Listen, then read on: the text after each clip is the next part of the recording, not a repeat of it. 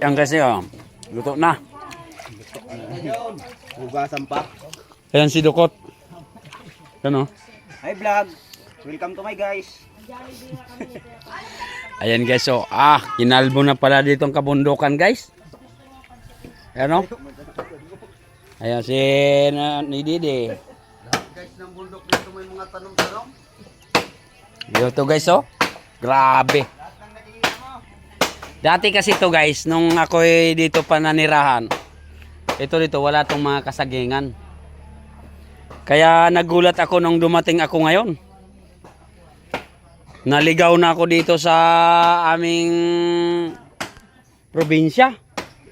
Dahil sa dami ng tanim, marami ng saging. Yan guys Yan. Tingnan mo yung bundok guys mayroon ng mga dati wala yan. Puno pa ng kahoy yan. Yan Yan. Yan ito guys, gusto ko lang ipakita sa inyo yung aking probinsya.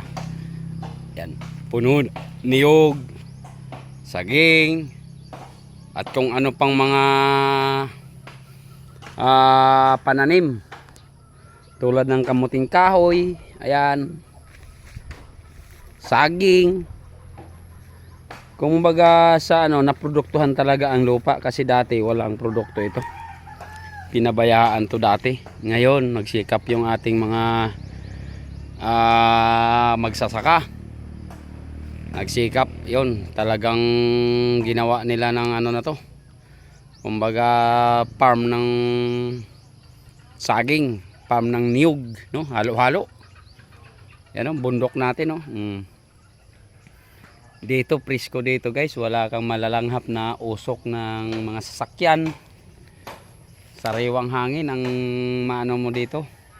Yan buko. Yan. Mamaya kakain tayo ng buko. Yan guys, Ang dami mong dito na wala sa Maynila. Although mayroon sa Maynila pero bilihin mo napakamahal. Dito kukuha ka lang basta may permiso lang ng may-ari. Okay na, wala nang bayad. Huwag mo lang kukunin na hindi alam ng may-ari at siguradong maiita ka. Yan. Ganon dito guys. Yan Yan. Sariwang hangin. Dati kami dito naniran, wala pang kuryente ito.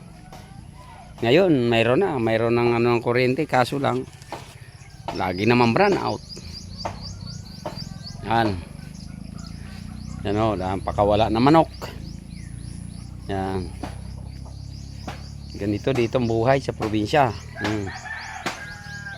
Pero masarap lang dito pag bakasyon ka, pag dito ka manirahan. Nako. Pag sanay ka sa Maynila, wala.